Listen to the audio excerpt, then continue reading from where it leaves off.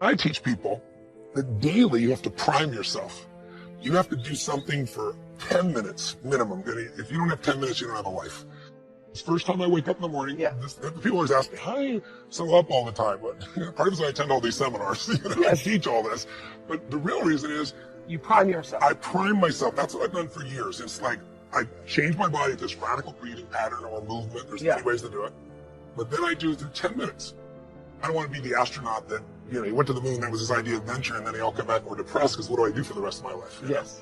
So the wind in my face, my children's faces, anything. And the reason for gratitude is the two emotions that mess us up the most are fear and anger. Yeah. And you can't be grateful and fearful simultaneously. They don't go together. And you can't be angry and grateful simultaneously. So if you literally start your day cultivating that, this is the part I was talking about, creating a highway to happiness. Yeah.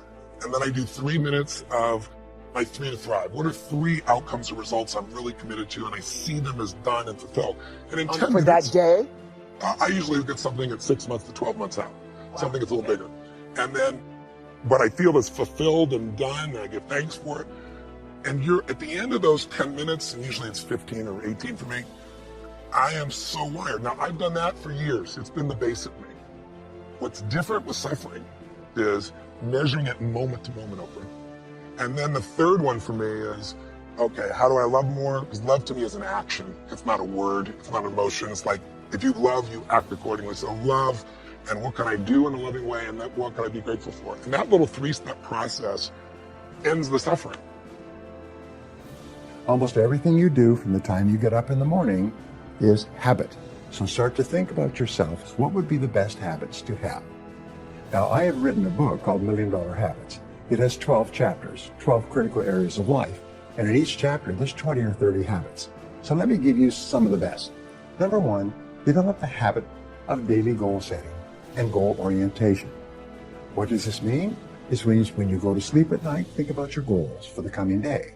Make a list for each day of all the goals, the little goals you're going to accomplish that day. Keep a journal and write down your goals on a regular basis. When you're driving through the day, think about your goals. When you're talking to other people, think about your goals. You see, you do become what you think about most of the time. You do achieve what you think about most of the time.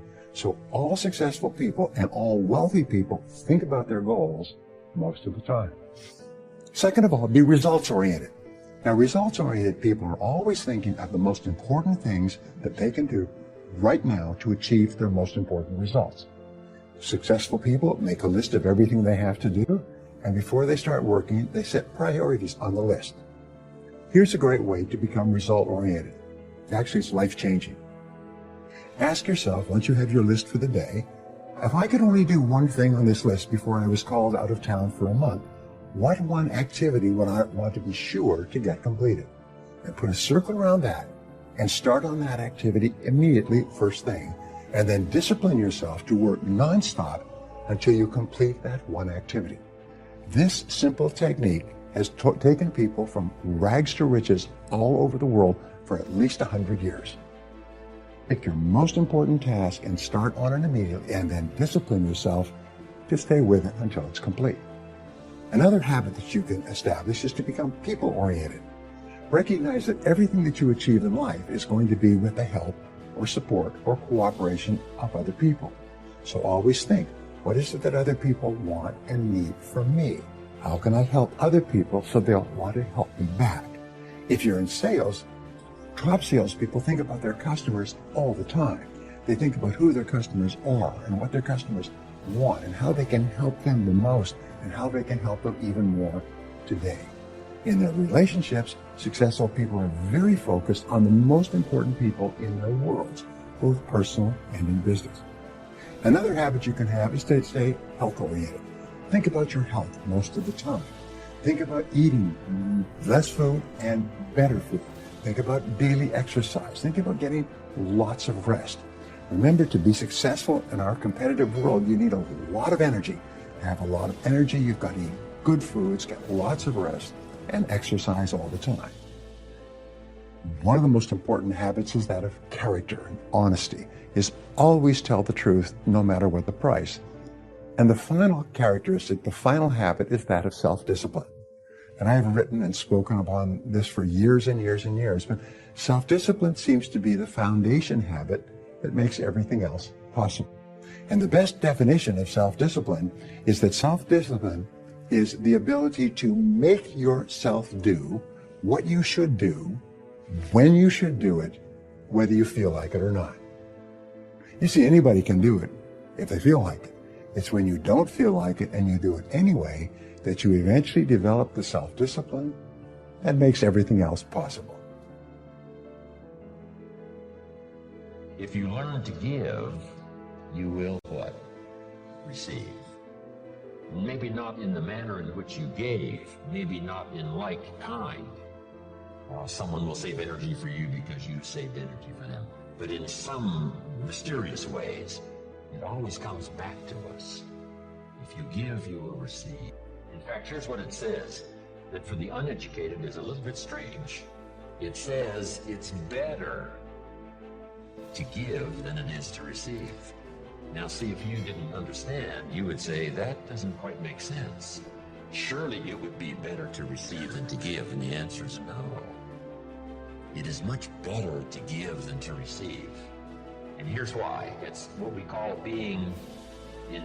having intelligent self-interest. Nothing wrong with self-interest as long as you do it the intelligent way. Here's the key. Giving, it's better to give than it is to receive because giving starts the receiving process. So to act intelligently in your own self-interest, which is good, it's much better to give than it is to receive. Because if all you do is receive, that may be very limited. But if you give, and giving starts the receiving process coming your way from unknown resources, from unknown places, back it comes around to you because you became a giver. It's one of the unique mysteries of life. We give to receive, and it's better to give than it is to receive. So that's what Mama said. Turn out the lights, make a contribution. Why not make the easy ones? Here's what else. We talked about it at our lunch break today to those who were there. It raises your self-esteem, plus your self-respect. That you do things that the average person doesn't do. Maybe if they were taught, they would. Maybe if somebody mentioned it, they would. But it's easy for most everybody to just go on their way, and if they're not interrupted by a good idea that says, hey, it's so easy to make a contribution, this one would be easy. Turn out the lights when you leave the hotel room and make a contribution. That's interesting. Next is the phrase, in terms of environment, always leave something better than you found it. I talked to a man one time who rented out a long list of apartments.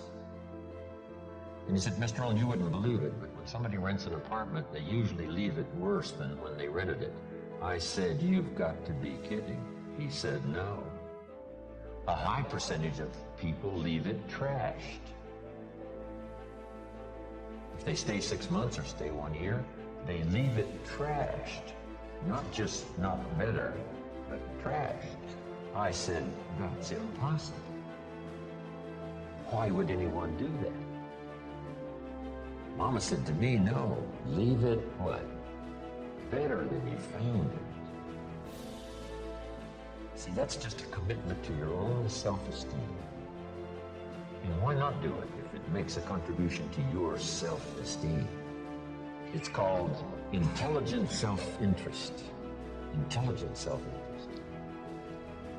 Self-interest says, I wish to be ruler over many. And intelligent self-interest says, I understand how to do that. Be faithful when the amounts are small. If you'll take care of the few, we will someday give you a position of very high importance over many. But if you don't be disciplined when the amounts are small, why would we trust you when the amounts are large? Brian mentioned that earlier. Why would life give you a fortune to manage if you couldn't manage the gifts of the few? Interesting philosophy to consider. Your own self-interest. Leave the contribution.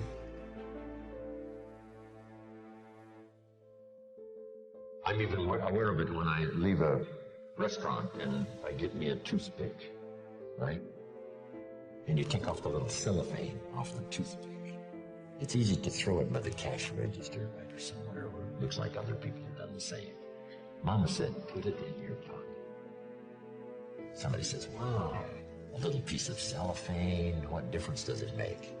It doesn't make that much difference, only in your self-respect. Take your trash home and deposit it. How much does it cost to clean up the trash on the highways in America? Mega millions. Wouldn't people take home their own trash and deposit it there rather than scatter it on the highways across America? And the answer is most people do not. It's so easy to throw it out the window. But now, add this, it's so easy to keep it in your car and have a few more points in your favor on self-esteem, feeling good about yourself, doing things that most people don't do. If everybody did it, what a different country we would have.